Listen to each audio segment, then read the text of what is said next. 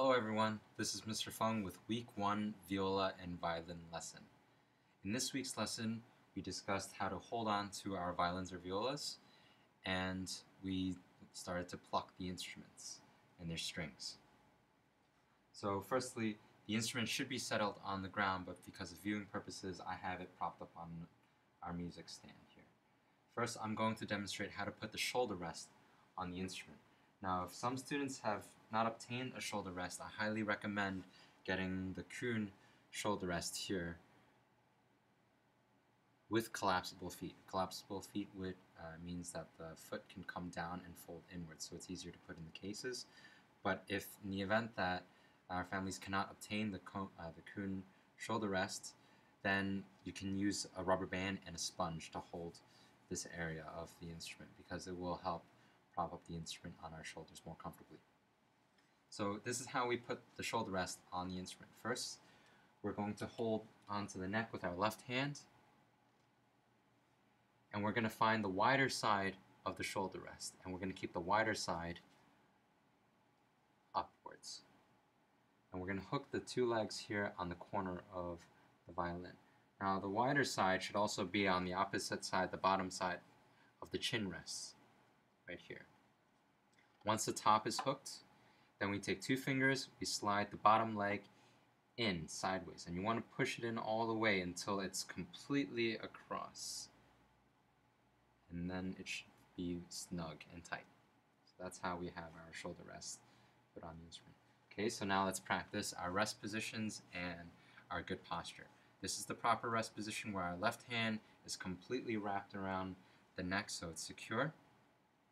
First step, we'll turn our heads to the left. Now with our heads facing to the left, we're going to hold this position for a second. We're going to bring the chin down to touch the shoulder. Chin down, chin up. Chin down, chin up. And you can do this 2 or 3 times, but really we're doing this so that we get used to this stretch. Keeping our heads to the side, we're going to bring the shoulder rests on top of the shoulder and chin down onto the chin rest. Our final step, our left hand fingers are pointing right to the sky and wrist is straight here. And we want to keep our head turned to the side. This may feel a little bit uncomfortable at first, but that's because this is your first week playing your instrument and holding onto your instrument. So after a couple of seconds, if you start feeling sore, come back down to rest position and rest for 30 seconds. We will repeat this step right now. So we have our shoulder rest on. We're going to first turn our heads to the left, chin down on our shoulder, chin up, chin down, chin up.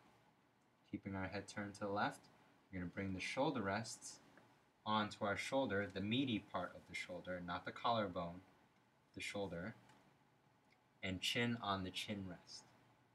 And most importantly, the left hand, we're going to keep it all the way back, wrist straight, fingers pointing right to the sky.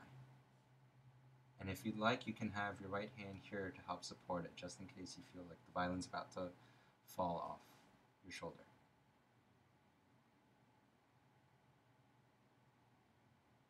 Okay, and that's how we build our posture. Once we're up here, this week, our violin and viola students learned which strings to pluck and the order of the strings. Now, I'm holding on to a violin right now, but very similarly, it can be held like a viola and plucked the same way as a viola. On the violin, the string closest to the thumb when we're in playing position is the E string. This is the thinnest string and the highest sounding string. It'll sound like this. The next string in is the A string, a little bit lower sounding. The next third string in is the D string, and the lowest string on the violin is the G. On the viola, it is different because it does not have the E string as the highest string. The highest string on the viola here, closest to the thumb, would have been the A string. And what the viola has is a lower string, the C string, which is even lower than the G. But it has in common the middle 3 strings, the A, D, and G. So this week, when we reviewed our plucking, We go into playing position. Let's do that together. Head turn to left, chin down, chin up, chin down, chin up. Shoulder rest over the shoulder, chin on the chin rest, head staying turned. Left hand, fingers pointing straight to the sky, straight wrists. And we'll create a backwards L with our right hand. Put the thumb behind the fingerboard underneath the strings. And put the pointer finger, our index finger, to pluck. I'll count you off. We'll do a practice right now of plucking. E string. For viola students, you can wait till we get to the A string to pluck your A. So we start off with the E. 1, 2, 4 E's, go. 1, 2, 3, 4. Let's place our finger on the A string. I'll count you off for 4 A's. 1, 2, ready, A. 1, 2, 3, 4. The next string in, D string. 1, 2, 4 D's, go. 1, 2, 3, 4. And our lowest string on the violin, the G. I'll give you 4 counts. 1, 2, ready, G. 1, 2, 3, 4. And for our viola students, to their last string, the C string, my C might sound a little higher than your C, but they are both C's. Set on the C, violas to pluck 4 C's. 1, 2, ready, C.